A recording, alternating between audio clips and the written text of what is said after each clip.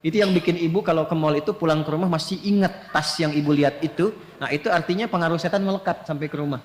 Gitu.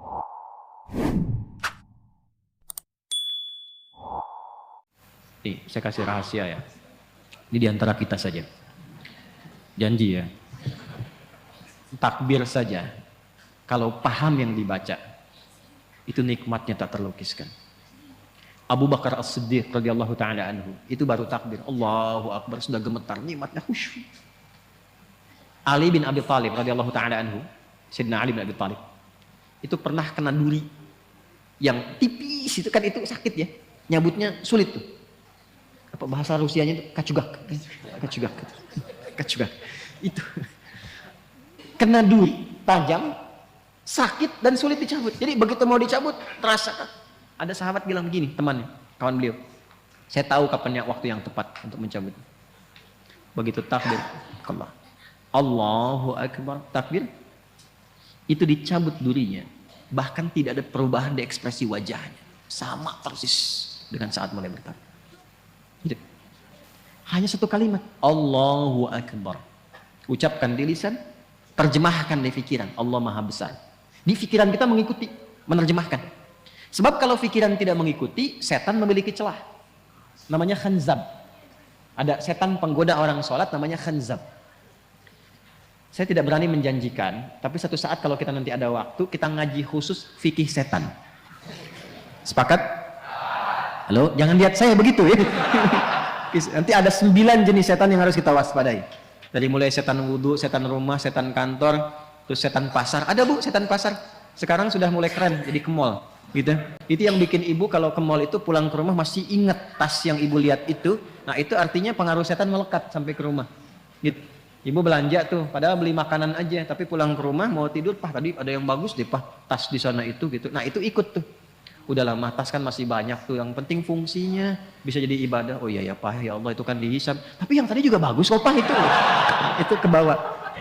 Itu setan pasar. Ya. Nah ini setan orang menggoda orang sholat. Kata Nabi langsung dalam hadisnya, ketika kita mulai bertakbir, idza kabbara aw bima ma'na kama qala Rasulullah sallallahu alaihi wasallam, fayaqulu syaitan, maka setan mulai beraksi. Ya, dia berkata, udhkur kada, ingat ini, ingat itu. Ini kalimat ini sering saya sampaikan. Tadi kan sebelum Isya ya, waktu sebelum takbir kan kita fokus saja kan. Istau, sudah tahu, khusyuk, fokus. Nggak ada ingat apa-apa.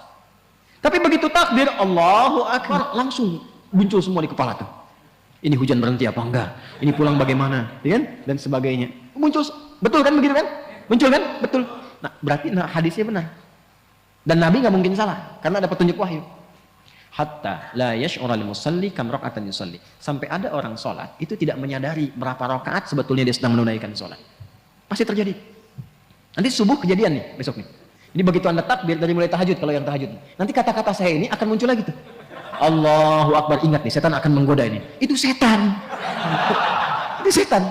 Walaupun dia datang untuk mengingatkan, tapi tetap dia setan. Dia setan. Cara mengatasinya bagaimana? Nah jadi, mengetahui, memahami bacaan sholat itu menjadi penting. Untuk menepis itu. Jadi begitu bertakbir, Allahu Akbar. Pikiran menerjemahkan Allah Maha Besar. Hati meresapi langsung. Ya Allah, aku berikrar Engkau yang Maha Besar. Tapi sebelum sholat bahkan aku membawa kebesaran dalam kehidupan. Sombong kepada kawan, merasa yang paling hebat dengan pasangan, yang tinggi dibandingkan dengan kawan, merasa yang paling agung, tinggi kedudukan dan sebagainya. Dibawa, bagaimana kalau Engkau wafatkan aku sekarang dan aku merasa dalam kebesaran itu, tobat ya Allah. Aku mohon ampun. Ini yang membuat Abu Bakar As-Siddiq radhiyallahu taala anhu, sahabat terbaik, imannya tinggi, dekat dengan Nabi, hidupnya membersamai Nabi, hijrah jadi pendamping Nabi, di kuburan menjadi teman Nabi, di akhirat membersamai Rasulullah. Itu takbir Allahu Akbar sampai menangis mengingat itu. Maka dalam kesadaran itulah kita mengucapkan Allahumma ba'id baini wa baina khataaya kama ba'adta bainal masyriqi wal maghrib. Khataaya, ya kecil di belakang itu ya pengakuan. Ya Allah, saya mengakui saya ini banyak salahnya. Hamba ini banyak maksiatnya ya Allah.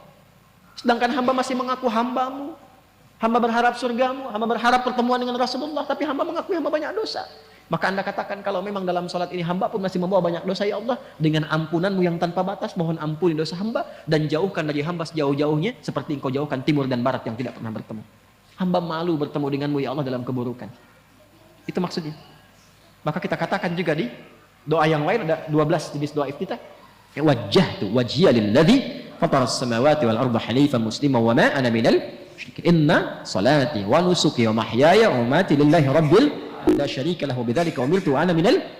Makanya doa itu seringkali disandingkan dengan pembuka juga iftitah. Allahu akbar kabira walhamdulillahi subhanallahi bukratan wasila. Baru masuk ke wajjahtunya. Itu untuk menguatkan kepada jiwa. Ya Allah, aku merendah, aku pasrah. Hamba yang banyak salah. Aku hadapkan dirimu sepenuhnya, pasrah, sepasrah-pasrahnya pada penguasa langit dan bumi. Saya sholat, saya beribadah, bahkan hamba hidup, bahkan engkau wafatkan hamba sekarang dalam sholat. Hamba pasrah ya Allah. Yang penting engkau akui hamba sebagai seorang muslim. Hamba berjanji, kalaupun setelah sholat ini diberikan kesempatan hidup, maka hamba akan menjadi muslim yang patuh dan baik setelah ini. Wa ana minal muslimin. Buktinya apa? Setelah sholat dibawa nggak kalimat itu? Nggak terbawa karena belum memahami. Mau sampai kapan seperti itu?